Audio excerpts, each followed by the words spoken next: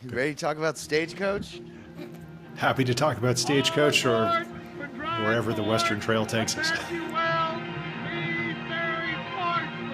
It's hard to encapsulate what makes Stagecoach so great, but for me, one of the most noteworthy parts is that intro with John Wayne.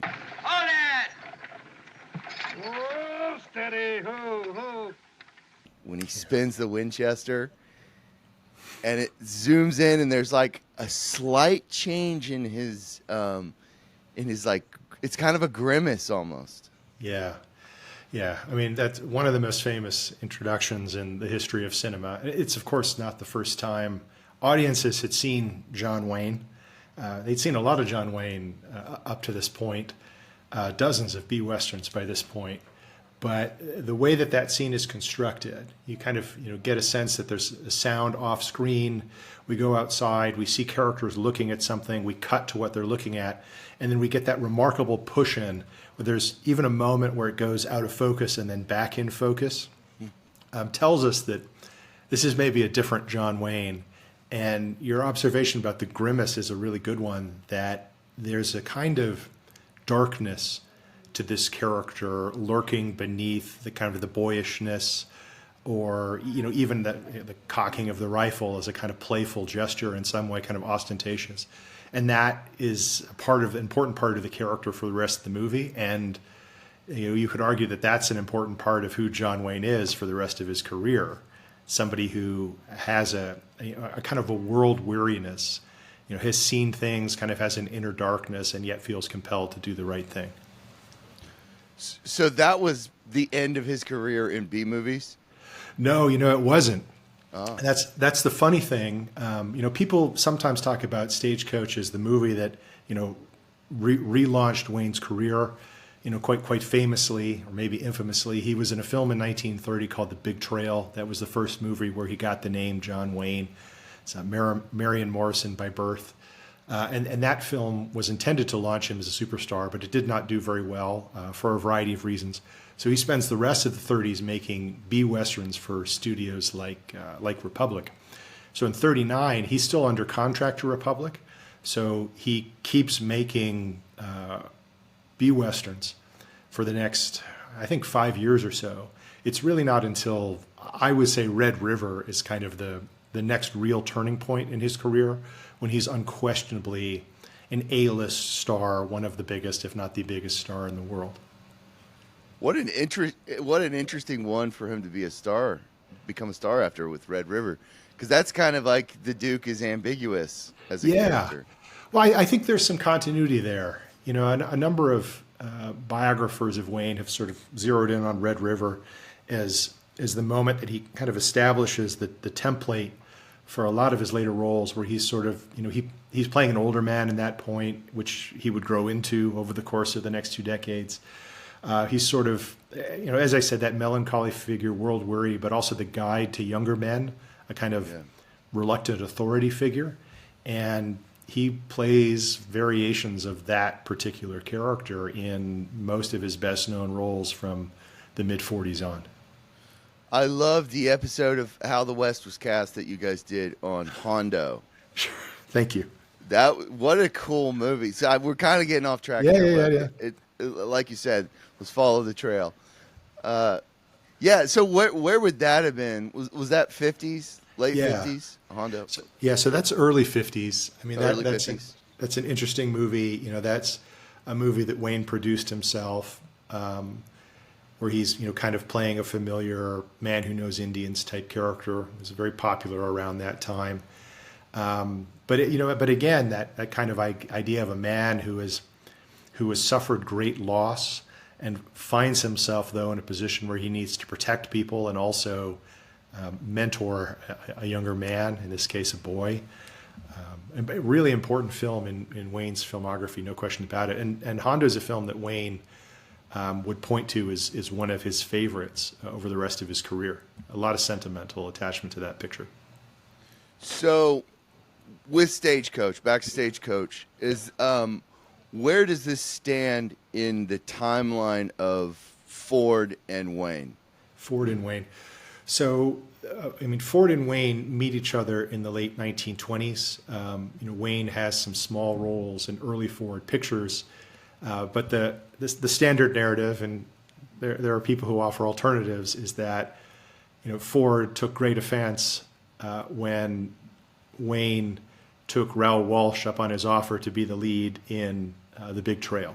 And Ford and Wayne have an interesting relationship, would be one way to put it. Kind of adversarial, but one of great respect. I think it's telling that Wayne called Ford Coach, because I think that's something of the relationship. So this is a moment where, in one telling, Ford is letting Wayne come back into the fold, that he has a role for him. It's in an ensemble, so it's not really the protagonist in the sense of getting the most screen time or anything like that. And Wayne at that point wasn't the most famous actor in the picture. Claire Trevor gets top billing. Thomas Mitchell is very famous at that point. But this is the moment that kind of rekindles something that had begun, and continues on. But again, I'll tell the famous story about Red River, where supposedly after Wayne makes Red River, Ford is shown the picture by Hawks, and he says something to the effect of, I never knew that big dumb son of a bitch could act. And it's after that point that we begin to get pictures like The Searchers, for example, with Ford and Wayne, or The Man Who Shot Liberty Valance. But you can't overstate the importance of Stagecoach in reestablishing what is the most famous and most important actor-director combination in the history of Western movies. So, and you touched on something that is really special about Stagecoach, and that is the ensemble. Yeah. What is that? I mean, it had been done before, and it's been done in every genre really since. Yeah. What's unique about the way Stagecoach does it? Yeah. Well, I may get this wrong, but I believe on the poster for the film Stagecoach, the theatrical release poster, the tagline is "A powerful story of 9 strange people," which is a strange tagline for a Western. It's not what you're expecting, right? It isn't a thrilling adventure of the Old West or something like that. A powerful tale of 9 strange people. So the context there is important. Around this time, sort of mid to late 30s, Hollywood was really big on ensemble dramas, and was big on trying to find stories where you could get a big cast, a couple of big names, but a lot of supporting characters, and confine them in a particular location for the duration of the movie so as to create some drama. How about the other lady?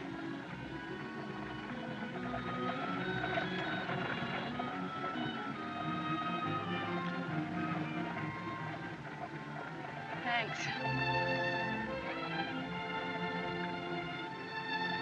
Sorry. No silver cups. So Grand Hotel is a famous example of this. So Stagecoach, in a way, is Grand Hotel out west, where we get this eclectic cast of characters, and we find a narrative conceit that will keep them together, people who wouldn't ordinarily be together in the same location for a prolonged period of time. So that, in a way, makes Stagecoach a kind of different Western, because it's not like the Westerns that follow. The Imperiled Stagecoach doesn't become one of the great conventional Western stories.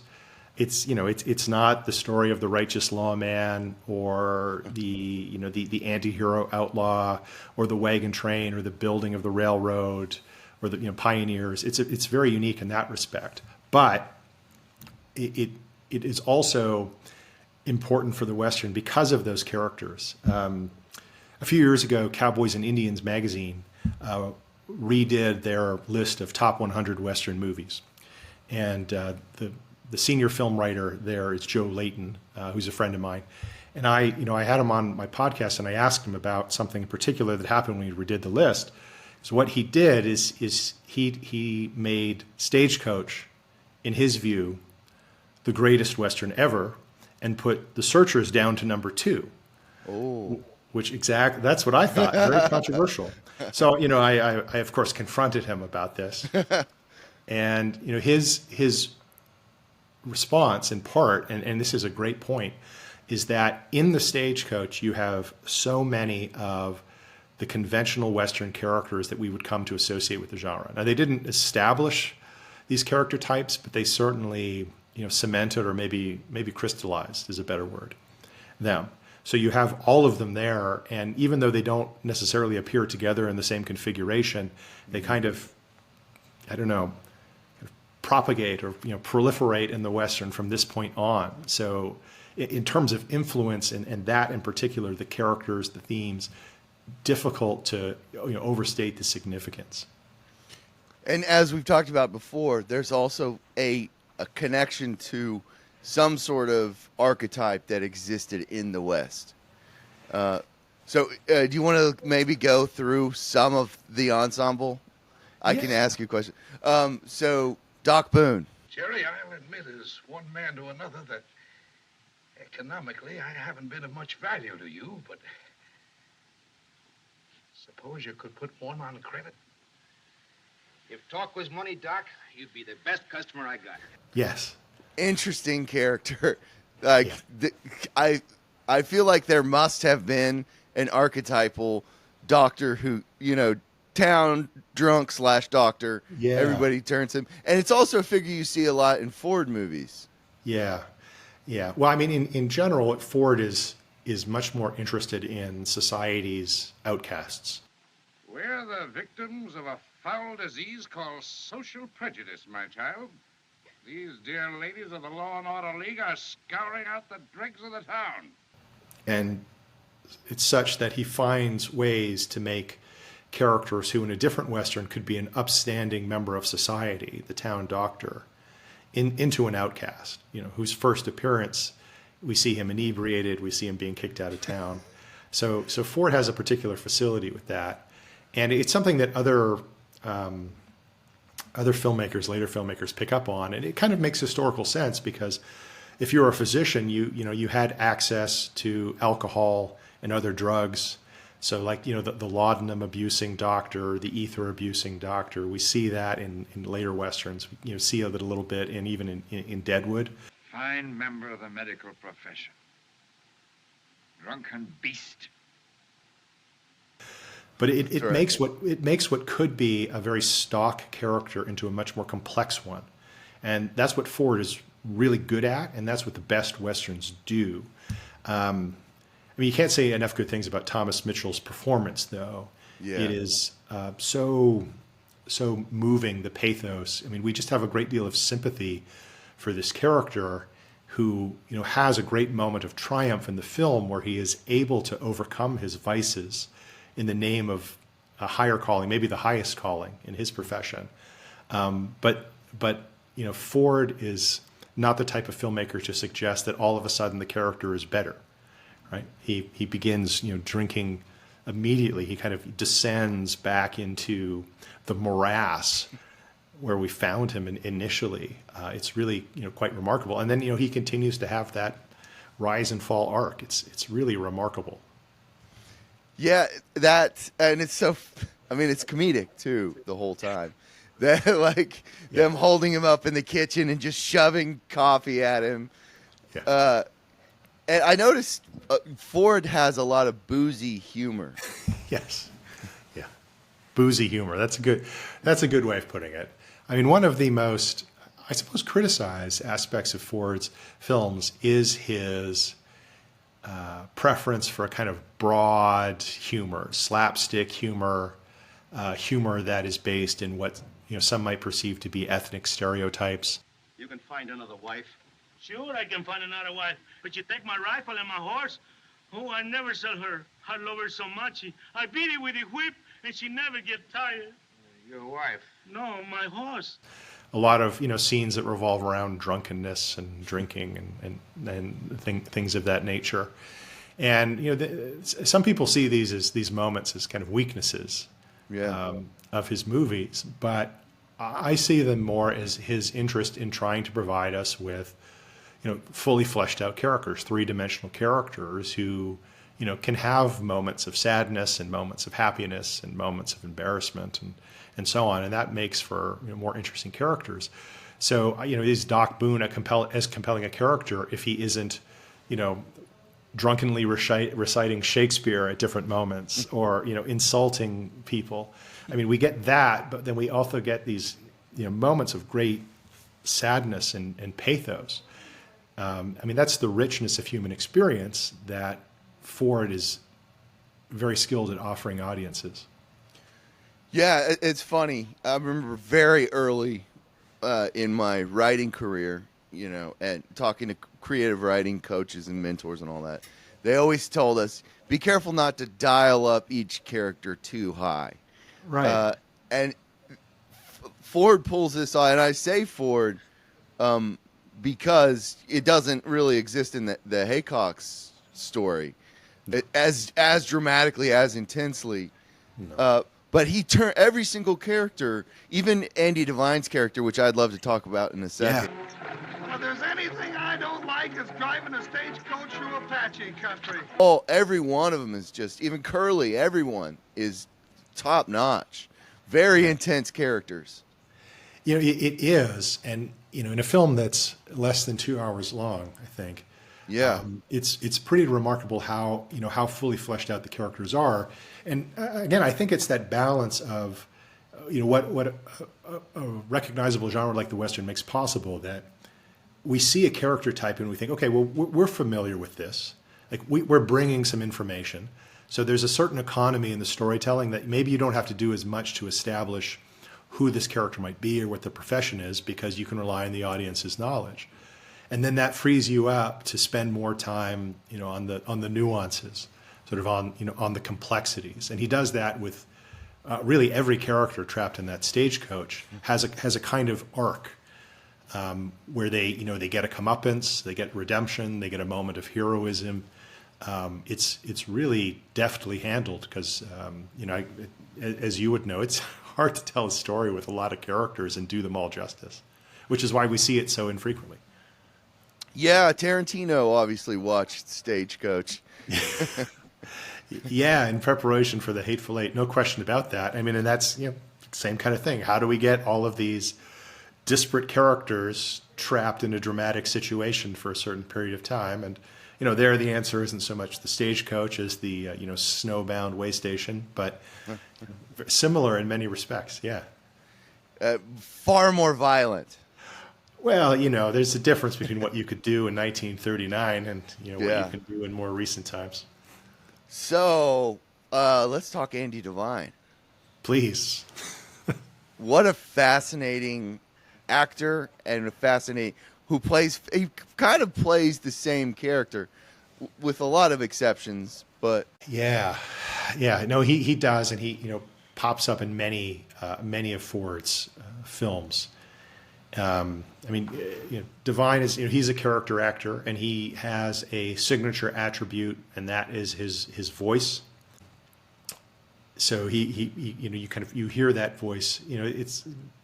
There's a very few actors. Maybe Walter Brennan is another where you hear the voice and you think, okay, well, I know who that is, and they're called character actors for a reason, because they tend to play similar characters, but similar is not the same.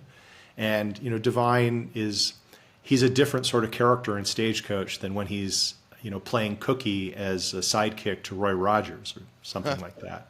He's also he's a different character in some ways in a Stagecoach than he is in a later picture like The Man Who Shot Liberty Valance.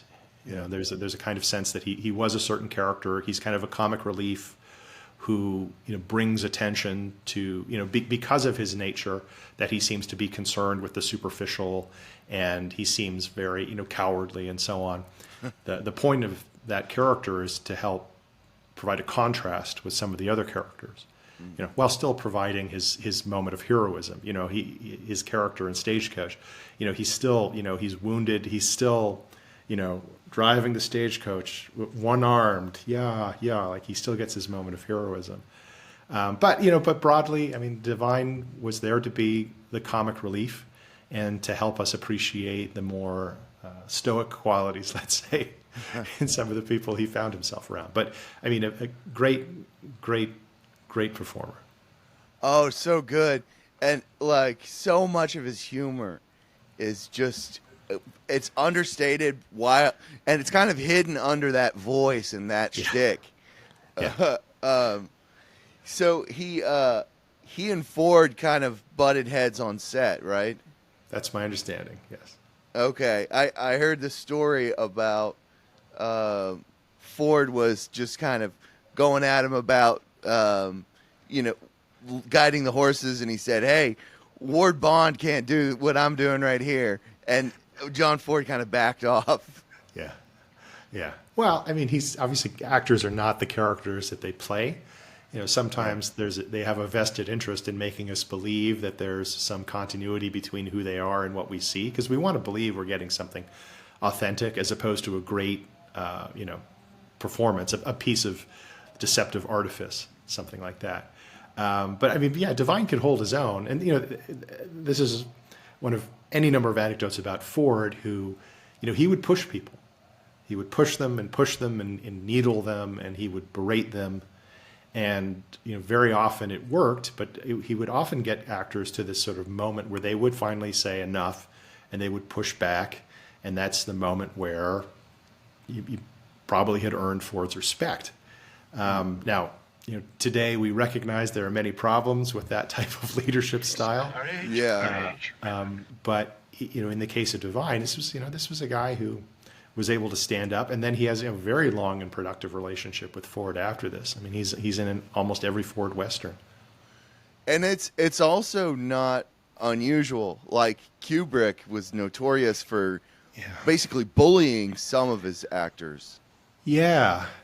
Well, Hitchcock falls into that vein too. And there are complexities here, because if you were to if you were to talk to some of the actors, they wouldn't see it the same way as some observers did in terms of the relationships being abusive. But this is one of the challenging things about film history. Like, there's a particular dynamic on set with great directors, and this isn't unique to film. This was in the theater as well, the dance, other arts.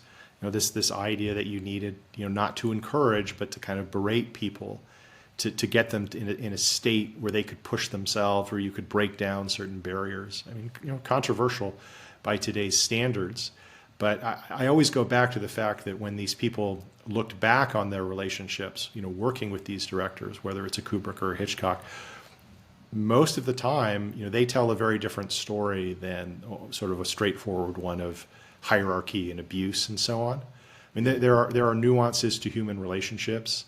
They're complex and troubled, and that's certainly the case with artists, maybe more so. Maybe more so than us regular folks. There we go. Yeah, I like what you said about the relationship between Wayne and Ford being sort of like a coach and a player. Yeah. Because that makes sense. You see that sort of like chewing out drill sergeant like power relationship between them, but also geared towards, I'm going to make you better. Yeah, I think that's it. I mean, maybe this sounds like an excuse, but it's the idea that Ford saw something in Wayne. Maybe he didn't see it as clearly until Howard Hawks had coaxed an amazing performance out of him. But he saw something, and they developed a relationship where he knew how to get great performances out of Wayne. And I think Wayne understood that when he was working with Ford, he was going to be better. And so he allowed Ford to get away with things that maybe, very few other directors could get away with. Maybe Wellman, maybe Hawks to a lesser degree. But, that's, Wayne is a willing participant in this. He understands the nature of the collaboration. And it's hard to argue with what we see, on screen. I mean, the Wayne we see in Stagecoach is, in many ways, the Wayne of Republic serials, like of the Three Musketeers. Many of those B movies are, do have hints of that darkness, but Ford, brings it out in his direction. His understanding that, for example, characters can convey more just with a glance. There's some really important moments in Stagecoach, and also in later films like The Searchers, where all Wayne does is he kind of just stares off into space. He just sort of looks. And Wayne has talked about this, as something that Ford encouraged, that he would play some mood music off set, which maybe is a layover from Ford's silent days, and he would tell him just kind of like look and feel, and in those moments, when the Ringo Kid is sitting on the floor of the stagecoach, and he's sort of staring off into space, he's sort of contemplating the horrible deed that he has to do to rectify the injustice against him. I mean, there are few moments in cinema just as powerful as that glance.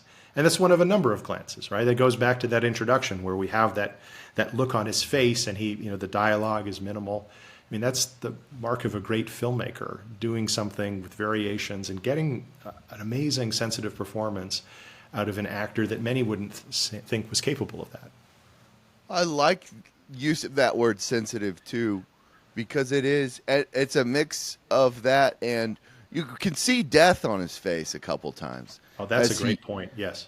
He realizes that his father and his brother are dead, and he's got to kill two people or three brothers in order to rectify those deaths. Yeah. No, that's a great point. And I mean, and that's the tragedy of the Western. I often bring this up when people tell me that Westerns are just straightforward triumphalist narratives. The Western hero is a fundamentally tragic character, usually because he's, as you said, he's sort of marked by violence and death, and then he needs to exact some kind of vengeance. But because of his association with violence and death, he actually has no place in the society that he's often helping to bring into being. And Stagecoach is a great example. I mean, spoiler alert for those who haven't seen it, but at the end of the movie, I mean, so basically the movie, we start in one town, which seems to be full of sanctimonious busybodies. And then we arrive in another town that does seem to have some law and order, but they quickly disappear, and it seems to be populated solely by like gangsters and whores. And as a kind of encouraging vision of what the nascent frontier civilization is going to become, neither is very attractive. And so at the end of the movie, you have the hero and heroine leaving society, for Mexico, saved from the blessings of civilization, as Doc Boone puts it, right? So there's, again, this kind of great tragedy and darkness in the Western, going back to these early films, these early sound films like Stagecoach. But even in that kind of topsy-turvy dynamic where, escaping the law is the law and it all gets thrown around. Yeah. Just like the way that, to me, Ford uses black and white in a way that's very colorful. Yeah. It's so funny that would be their freedom, that they would. That's the law and order aspect to it. And his ability for irony, like you were saying, the ladies of the Law and Order League. Yeah. There's no shortage in Westerns of temperance leagues that are sanctimonious and hypocritical. The last time we talked, you asked me about sort of the depiction of religion or Christianity in the Western, and I think I kind of fumbled that answer. But when I thought about it, there aren't a lot of great depictions of preachers, for example, in Westerns, and I think there's a sort of a general sense, definitely in Ford's films, maybe other great Westerns, that the institutions of man are corruptible, because we ourselves are all fallen and we're sinners, and so we can't help but make institutions that are going to be likewise corrupt. I think most Westerns are about this, and at the same time they invoke this idea of a kind of a higher authority, like a cosmic justice, that there are these moments when great men of skill and violence are. They're not so much taking the law into their own hands. They're kind of exacting a type of justice that can't exist on the earthly plane because it's been corrupted, something like that. But again, that is like a deeply sad and troubling implication of the Western, and yet we see it time and time and time again. And I find it just fascinating, these kind of nuances. Well, I agree, and that's a great transition to another character that I find fascinating, which is the whiskey drummer, whose name I forgot. So that's perfect, because nobody remembers his name. Nobody Yeah. remembers his occupation. Yeah, so so the actor is Donald Meek, and the character is Peacock. Peacock. That's From wow. Kansas City, that even- Kansas. Kansas. Yeah, And he's got weird Freudian slips, but he's also this like kind of beautiful character. He scolds all the men when they're around the baby, yes. even though he's this like meek, mushy character who lets some drunken doctor drink all his booze. Yeah. Now you have timid, nervous. Another great performance that comes out in the stutters, the slips, the inability in most cases to stand up to Doc Boone. Interesting character of the whiskey drummer again, who could be a very conventional character, but we kind of get in the we get in the guise here of the guy who's nominally from the East, even though he keeps making the distinction that he's not from Kansas City, Missouri, he's from Kansas City, Kansas. Right? And we understand that one is East and one is West, baby. So he's at least conceptualizing himself in this way. And he again has one of these great moments where he becomes the kind of conscience of the picture at a particular junction. But that is followed up with when they're crossing the desert and the wind is blowing and they're all caked in dust and Boone has started drinking again.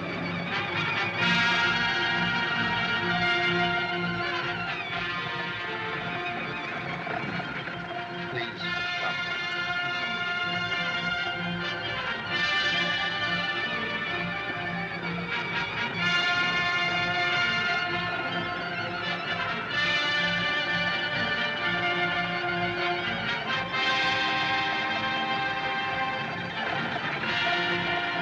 Any parting word? Oh, I know what I wanted to ask about.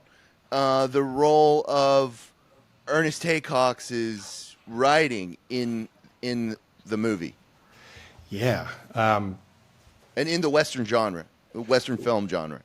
Yeah. So Ernest Haycox was a prolific writer, mostly of short stories, especially in the 30s and 40s. But before and after that, I think he has over 300 credits to his name. He wrote mostly in Collier's Weekly in the 30s, and then switched over to the Saturday Evening Post. And he, there's a writer named Richard A. Tulane has written a really good book about Haycox. So if people are interested in him, that's the book to read. He makes the case that what Haycox was able to do is kind of elevate the Western from a sort of formulaic and somewhat lowbrow form of popular fiction to something that was more sophisticated and respectable.